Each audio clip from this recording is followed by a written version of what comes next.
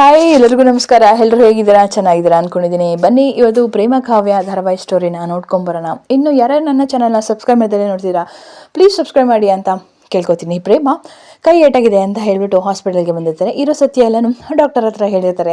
ಆಗ ಡಾಕ್ಟರ್ ಹೇಳ್ತಿರ್ತಾರೆ, ಗಂಡನ ಮೇಲೆ ತುಂಬ ಪ್ರೀತಿ ಅನ್ಸುತ್ತೆ. ಹೌದು ಡಾಕ್ಟರ್, ನನ್ನ ಪ್ರಾಣಕ್ಕಿಂತ ಹೆಚ್ಚಾಗಿ ನಾನು ನನ್ನ ಗಂಡನ ಪ್ರೀತಿಸ್ತೀನಿ. ಅವನ ಜೊತೆ ಇರೋದು ಅಂದರೆ ನನಗಂತೂ ತುಂಬ ಇಷ್ಟ ಅಂತ ಹೇಳ್ತಾರೆ. ಆಗ ಡ್ರೆಸ್ಸಿಂಗ್ ಮಾಡೋಕ್ಕೆ ಅಂತ ಹೇಳಿಬಿಟ್ಟು ಎಲ್ಲನೂ ತೊಗೊಬಿಡ್ತಾರೆ. ನಾನೇ ಡ್ರೆಸ್ಸಿಂಗ್ ಮಾಡ್ತೀನಿ, ಹೋಗಿ ಸಿಸ್ಟರ್ ಅಂತ ಹೇಳಿಬಿಟ್ಟು ಅವ್ರನ್ನ ಕಳಿಸ್ತಾರೆ.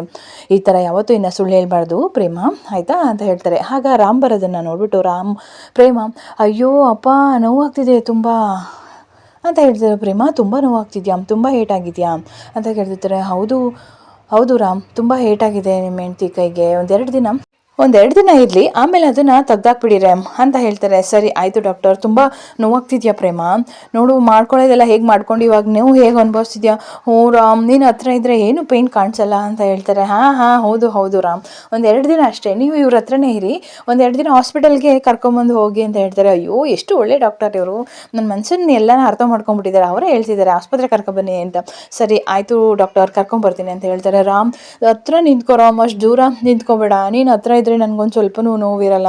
ಹೌದು ರಾಮ್, ನಿಮ್ಮ ಹೆಂಡ್ತಿಗೆ ನಿಮ್ಮ ಮೇಲೆ ತುಂಬಾ ಪ್ರೀತಿ, ನೀವು ಹತ್ರ ಇದ್ದರೆ ಸ್ವಲ್ಪ ನೋವಿರಲ್ಲ, ಹತ್ರ ಕೂತ್ಕೊಳ್ಳಿ ರಾಮ್ ಅಂತ ಹೇಳ್ತಾರೆ. ರಾಮ್, ಸ್ವಲ್ಪ ಹತ್ರ ಕೂತ್ಕೋ, ಹತ್ರ ಬಾಯ್ಲಿ ಅಂತ ಹೇಳ್ತಾರೆ. ರಾಮ್, ನೀವು ಹೆಂಡ್ತಿನ ಎಷ್ಟು ಚೆನ್ನಾಗಿ ನೋಡ್ಕೋತೀರಾ ಅಷ್ಟು ಆದಷ್ಟು ಬೇಗ ನಿಮ್ಮ ಹೆಂಡ್ತಿ ಕೈ ಹುಷಾರಾಗುತ್ತೆ ರಾಮ್ ಅಂತ ಹೇಳ್ತಾರೆ. ಹೌದಾ, ಸರಿ ಆಯಿತು ಅಂತ ಹೇಳ್ತಾರೆ. ಡಾಕ್ಟ್ರೇ, ಇನ್ನೂ 2 ದಿನ ಬರಬೇಕಾ ಹಾಸ್ಪಿಟಲ್ಗೆ ಅಂತ ಹೇಳ್ತಾರೆ. ನಮ್ಮ ಪ್ರೇಮ, 1-2 ದಿವಸ ಇರಲಿ, ಹೌದು ತುಂಬ ಫ್ರ್ಯಾಕ್ಚರ್ ಆಗಿದೆ, ಸೊ ಹಾಗಾಗಿ ಹಾಗೆ ಬ್ಯಾಂಡೇಜ್ ಮಾಡಿದ್ದೀನಿ, 1-2 ದಿವಸ ಇರಲಿ. ಆಯ್ತಾ ರಾಮ್, ಗೊತ್ತಾಯ್ತಾ ಡಾಕ್ಟ್ರ್ ಹೇಳಿದ್ದು ಅಂತ ಹೇಳ್ತಾರೆ. ಹಾಂ ಗೊತ್ತಾಯಿತು ಪ್ರೇಮ, ನೋಡು ಹೀಗೆಲ್ಲ ಮಾಡ್ಕೊಬಿಟ್ಟು ಎಷ್ಟು ನೋವು ಅನುಭವಿಸ್ತಾ ಇದೆಯಾ, ಏನು ಗೊತ್ತಾಗಲ್ಲ ನಿಮಗೆ, ಚಿಕ್ಕ ಮಕ್ಳು ಥರ ಆಡ್ತೀಯಾ ಅಂತ ಅಂತಾರೆ. ಇನ್ನೊಂದು ಕಡೆ ಸತ್ಯನಾರಾಯಣ ಮತ್ತು ಮಹಾದೇವ ಇಬ್ಬರು ಕೂಡ ಹೊಲದ ಕಡೆ ಹಾಗೆ ನಡ್ಕೊಂಡು ಬರ್ತಿರ್ತಾರೆ. ಅಳಿಯಂದರೆ ನಿಮ್ಗೆ ಏನಾದರೂ ಬೇಜಾರಾಯಿತಾ ನಾನು ನಿಮ್ಮನ್ನ ಮನೆಗೆ ಕರೆದಿದ್ದು ಅಂತ ಹೇಳ್ತಾರೆ. ಇಲ್ಲಪ್ಪ, ನನಗೇನು ಆ ಥರ ಬೇಜಾರಿಲ್ಲ, ನನಗೆ ಯಾವುದೇ ಕೆಲಸ ಇದ್ದರೂ ನಮ್ಮ ಮನೆಯವ್ರಿಗಿಂತ ಹೆಚ್ಚೇನು ಕೆಲಸ ಇಲ್ಲ ಬಿಡಿ ಮಾವ. ಆದರೂ ನಿಮಗೂ ತುಂಬ ಕೆಲಸ ಇರ್ತಲ್ಲ. ಇರಲಿ ಬಿಡು ಮಾವ, ನಮಗೆ ನಮ್ಮ ಮನೆಯವರೇ ಹೆಚ್ಚು, ನಮ್ಮ ಮನೆಯವ್ರ ಕೆಲಸನೇ ಹೆಚ್ಚು ಅಂತ ಹೇಳ್ತಾರೆ. ಸರಿ ಆಯಿತು, ಎಲ್ಲಿ ಬೋರ್ವೆಲ್ ಕೊರಿಸ್ಬೇಕು ಅಂತ ಅಂದ್ರಲ್ಲ, ಎಲ್ಲಿ ಅಂತ ಹೇಳ್ತಾರೆ. ಆಗ ಸತ್ಯನಾರಾಯಣ ಜೋರಾಗಿ ನಗ್ತಿರ್ತಾರೆ. ಅಯ್ಯೋ ದೇವ, ನೀವ್ಯಾಕೆ ನಗ್ತಿದ್ದೀರಾ? ಅಮ್ಮನೂ ನೀವು ಬೆಳಗ್ಗೆಯಿಂದ ಹೀಗೆ ಟ್ವಿಸ್ಟ್ ಮೇಲೆ ಟ್ವಿಸ್ಟ್ ಏನೇನೋ ಹೇಳ್ತಾನೆ ಇದ್ದೀರಪ್ಪ. ಬೋರ್ವೆಲ್ ಎಲ್ಲಿ ಕೊರಿಸ್ಬೇಕು ಹೇಳಿ, ಇನ್ನೂ ನೆಲ ಹುಡುಕ್ಬೇಕು ಅಂತ ಕೇಳ್ತಿರ್ತಾರೆ. ಅಯ್ಯೋ ಹಳಿ ಅಂದರೆ ಆ ಥರ ಏನೂ ಇಲ್ಲ, ಇದೆಲ್ಲ ನಿಜ ಅಂತ ಅನ್ಕೊಂಬಿಟ್ರಾ? ನೆನ್ನೆ ಕಲ್ಯಾಣಿ ಅಮ್ಮ ಫೋನ್ ಮಾಡಿದ್ರು, ನೀನು ಕಾವ್ಯ ಇಲ್ದಿರೋದನ್ನ ನೋಡಿ ಅವರು ತುಂಬಾ ಬೇಜಾರು ಮಾಡ್ಕೊಂಡಿದ್ಯಾ, ನೀನು ಎಷ್ಟು ಮನ್ಸಿಗೆ ಬೇಜಾರು ಮಾಡ್ಕೊಂಡಿದ್ಯಾ ಅನ್ನೋದನ್ನು ಹೇಳಿದ್ರು. ಸೊ ಅದಕ್ಕೋಸ್ಕರ ನಿನ್ನನ್ನು ನಾಟಕ ಮಾಡಿ ಕರೆಸ್ಕೊಂಡೆ. ಅಯ್ಯೋ ಮಾವ, ನಿಮ್ಮ ತಲೆ ಎಷ್ಟು ಓಡಿಸಿದ್ದೀರಾ ನೀವು ಅಂತ ಹೇಳ್ತಾರೆ. ಇನ್ನೂ ಇದೆ, ಬನ್ನಿ ನಮ್ಮ ತೋಟದ ಎಳ್ನೀರು ಕುಡಿದಿದ್ದೀರಾ ನೀವು, ಹೇಗಿರುತ್ತೆ ಗೊತ್ತಾ, ಸಾಕತ್ತಾಗಿರುತ್ತೆ. ಹೌದಾ, ಬನ್ನಿ ಮಾವ ಹೋಗೋಣ ಅಂತ ಹೋಗ್ತಾರೆ.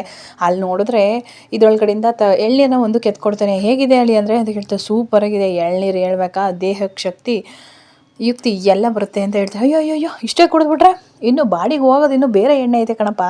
ಹೌದಾ, ಅಂಥದ್ದು ಏನು ಮಾವ ಎಳ್ನೀರು ಇರೋದು, ಎಳ್ನೀರು ಅಂದರೆ ಎಲ್ಲ ಒಂದೇ ಅಲ್ವಾ ಅಂತ ಹೇಳ್ತಾರೆ. ಅಯ್ಯೋ ಇನ್ನೂ ಒಂದು ಐತೆ ಕಣಪ್ಪ ಅವು ಎಳ್ನೀರು, ನಿನ್ಗೆ ಗೊತ್ತಿಲ್ಲ ಆ ವಿಷಯ, ಬಾ ತೋರಿಸ್ತೀನಿ ಅಂತ ಹೇಳ್ಬಿಟ್ಟು ಒಂದು ಬಾವಿ ಹತ್ರ ಕರ್ಕೊಂಡು ಹೋಗ್ತಾರೆ. ಏನು ಮಾವ ಇದು, ಎಳ್ನೀರು ಕೊಡಿಸ್ತೀನಿ ಅಂತ ಅಂದ್ಬಿಟ್ಟು ಏನೋ ಬಾವಿ ಒಳಗೆ ಏನೋ ಹಿಡ್ಕೊಂಡು ಮೀನು ಹೇಳ್ದಂಗೆ ಎಳಿತಾ ಇದ್ದೀರಾ, ಏನು ಮಾಡ್ತಿದ್ದೀರಾ? ಇಲ್ಲಿದೆ ಆ ಎಣ್ಣೆ ಮಾವ, ನೀವು ಸಖತ್ ಕಿಲಾಡಿ ಕಣ್ ಮಾವ, ಏನು ಹೇಳ್ತೀಯ ಅಂತ ಹೇಳ್ಬಿಟ್ಟು ಎಳಿತಾ ಇರ್ತಾರೆ. ಏನು ಮಾವ ಅದು ಹಂಗೆ ಎಳಿತಿದ್ದೀರಲ್ಲ, ತೋರಿಸಿ ಅಂತ ಹೇಳ್ತಿರ್ತಾರೆ. ತಡೀರಿ ಹೇಳಿ ಅಂದರೆ ಬರುತ್ತೆ ಆಚೆಗೆ. ನೋಡೋಕೆ ಮಾತ್ರ ಬ್ಯಾಗು ಹಿಂಗಿದೆ, ನೋಡೋಕೆ ಮಾತ್ರ ಬ್ಯಾಗ್ ಅಷ್ಟೇ ಹೇಳಿ ಅಂದರೆ ಅದರೊಳಗಿರೋ ಟಾನಿಕ್ಕೆ ಬೇರೆ. ಹೌದಾ, ಇದೆಲ್ಲ ಹೆಂಗಿಡ್ತೀರಾ? ನಿಮ್ಮ ಅತ್ತೆ ಗೊತ್ತಾದ್ರೆ ಏನು ಮಾಡ್ತೀರಾ?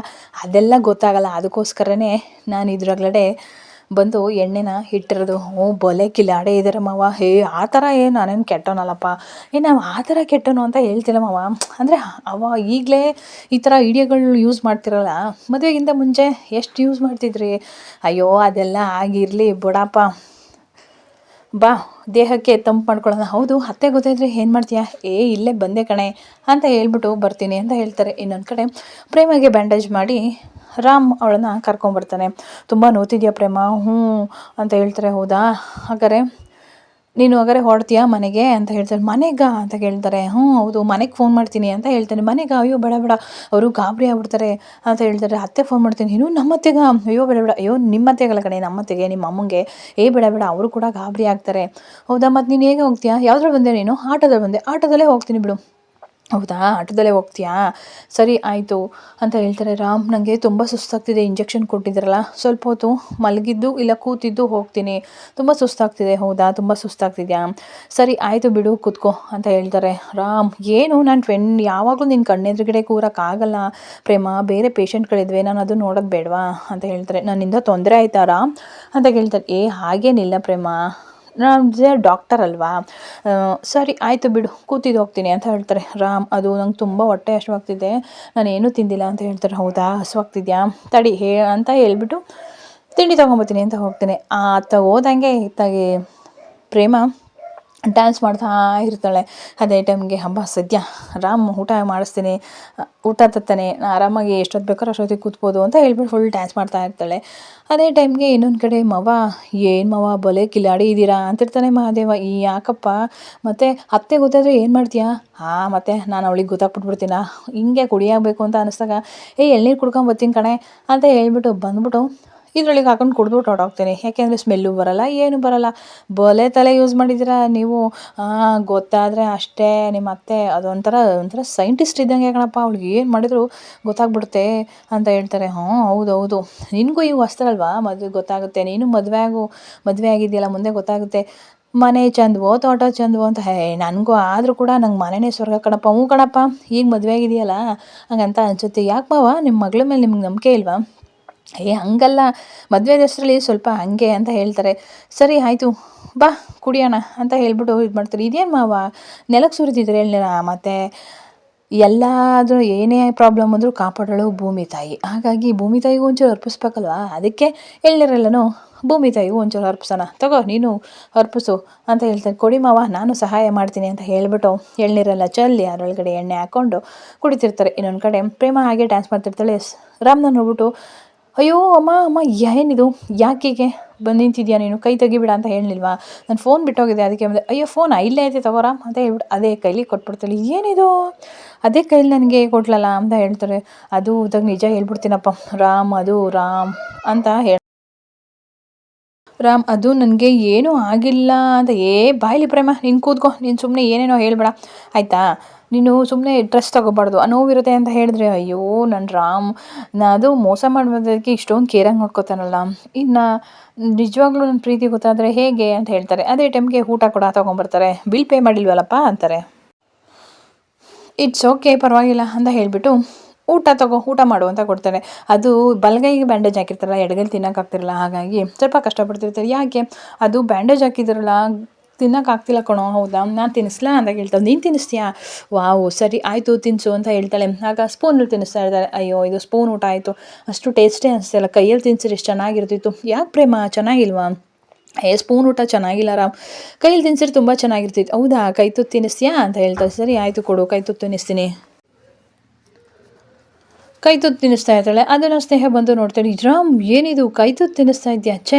ಆಡು ನೀನು ಎಷ್ಟು ನಾಟಕ ಆಡ್ತೀಯ ಆಡು ಪ್ರೇಮ, ನಿನ್ನ ಬಣ್ಣ ಎಲ್ಲ ಸ್ವಲ್ಪ ದಿವಸ ಅಷ್ಟೇ ಬಯಲು ಮಾಡ್ತೀನಿ, ಇವಾಗ ನಿನ್ನ ಟೈಮ್ ನಡೀತಿದೆ, ಅವಾಗ ನನ್ನ ಟೈಮ್ ನಡೆಯುತ್ತೆ ಅಂತ ಹೇಳ್ತಾರೆ. ರಾಮ್, ನೀನು ಎಷ್ಟು ಒಳ್ಳೆಯನು ರಾಮ್, ಏನು ಗೊತ್ತಿಲ್ದರ ಮುಗ್ಧ ನೀನು ಅಂತ ಹೇಳ್ತಾರೆ. ಆಗ ಸ್ನೇಹ ಅದು ನೋಡಿ ತುಂಬ ಹುರ್ಕೋತಾ ಇರ್ತಾಳೆ. ಇನ್ನೊಂದು ಕಡೆ ಕಲ್ಯಾಣಿ ಹಾಗೆ ಕಾವ್ಯ ಅವರಮ್ಮ 3 ಜನ ಕೂಡ ಬರ್ತಿರ್ತಾರೆ. ಅದಕ್ಕೆ ನಮಗೆ ಬೇಜಾರಾದಾಗೆಲ್ಲ ತೋಟ ಕಡೆಗೆ ಬಂದಾಗೆಲ್ಲ ತುಂಬ ಪ್ರಶಾಂತ ಅನಿಸುತ್ತೆ, ಮನಸ್ಸಿಗೆ ತುಂಬ ನೆಮ್ಮದಿ ನೀಡುತ್ತೆ ಅಂತ ಹೇಳ್ತಿರ್ತಾರೆ ಕಾವ್ಯ. ಅಮ್ಮ, ಎಳ್ನೀರು ತುಂಬ ಚೆನ್ನಾಗಿರ್ತಾವಲ್ವ, ನಮ್ಮದ್ರಲ್ಲಿ ಹತ್ತಿಗೂ ಕುಡ್ಸೋಣಮ್ಮ ಅಂತ ಹೇಳ್ತಾರೆ. ಆದರೆ ಎಳ್ನೀರು ಕೇಳೋಕ್ಕೆ ಯಾರೂ ಇಲ್ವಲ್ಲ, ಏನು ಮಾಡೋದು ಅಂತ ಗೊತ್ತಾಗ್ತಿಲ್ವಲ್ಲ ಅಂತ ಅನ್ಕೋತಿರ್ತಾರೆ. ಅದೇ ಟೈಮ್ಗೆ ಅಲ್ಲೇ ಕೂತಿರ್ತಾರೆ. ಅದನ್ನು ನೋಡ್ತಾರೆ.